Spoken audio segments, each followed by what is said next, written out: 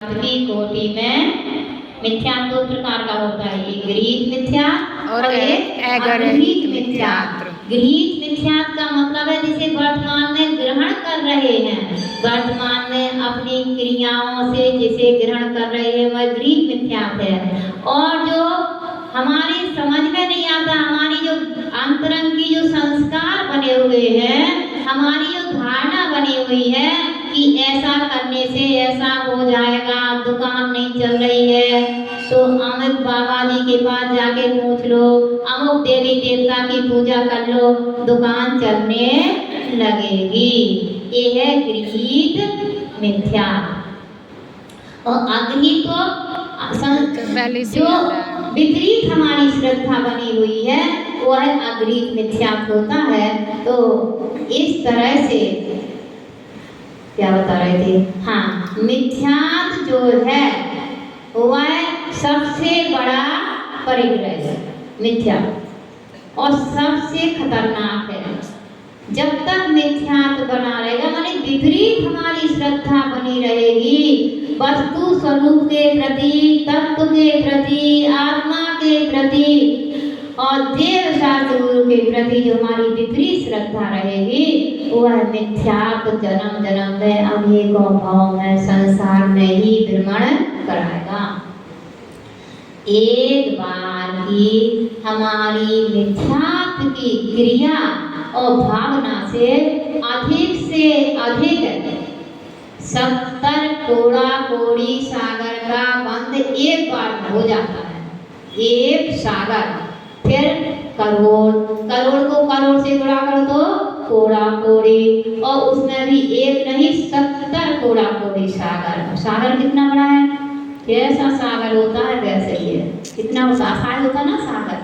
देखा आपने समुद्र देखा ना, हाँ, तो समुद्र जैसा अथाह होता है उसकी पार नहीं पा सकते, ऐसे ही यहाँ पर जो संयोग मतलब एक प्रमाण दिया है उसे सागर के समान कहा गया है। बहुत लंबा चौड़ा होता है ये सागर।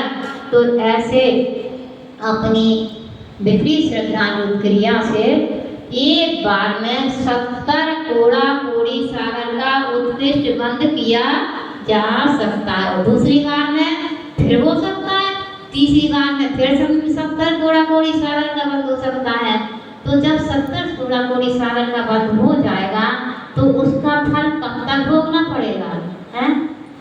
क्या होता है, कर्म जो हमारा बंध जाता है तो कर्म बंधने के बाद में उसका थोड़ी देर आराम करता है, वो बंधने के बाद थोड़ी देर आराम करता है, उसे कहते हैं आवाधा काल। आवाधा काल में कोई प्रतिक्रिया कर्म में नहीं होती है बंधने के बाद। उसके बाद उस कर्म का एक एक निषेध उदय में आना प्रारंभ हो जाता है। तो जो प्रति समय हमने जो बांध रखा है उसका निषेध वह कर्म उदय में आना प्रारंभ। कब तक चलेगा वो उदय, कब तक चलेगा? 70 कोड़ा कोड़ी सागर तक वो कर्म का उदय चलता रहेगा। फिर थोड़ी देर बाद हमने फिर बांध लिया दूसरा, थोड़ी देर बाद फिर तीसरा बांध लिया, तो ये कब तक चलता रहेगा? ये चलता रहेगा, चलता रहेगा, चलता रहेगा अनंत काल तक। इस तरह से ये हमारी संसार की परंपरा चलती रहती है। इसलिए मिथ्यात्व को सबसे मुख्य कारण कहा है संसार में भ्रमण करने का। अब बात आती है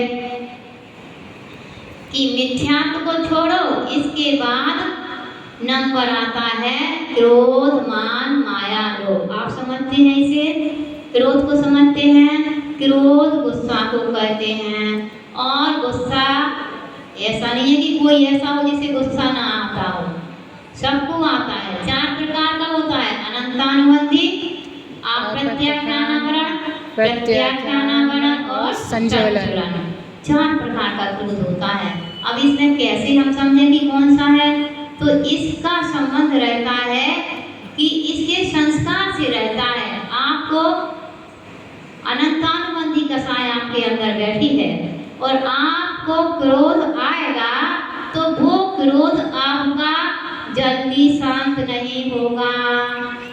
अंत हो भी जाएगा तो उसका जो संस्कार है, जो वासना काल है, अंदर में बैठी हुई भावना, अरे इसने हमारे साथ ऐसा किया था, अरे इसने हमसे उस दिन ऐसा कहा था, जो अंदर में संस्कार बैठा है वो संस्कार अनंत काल तक चलता रहता है। और यह मिथ्यात्व के साथ में रह करके हमें संसार में भ्रमण कराता रहता है, अनंतानुबंधी कसाय रहती है।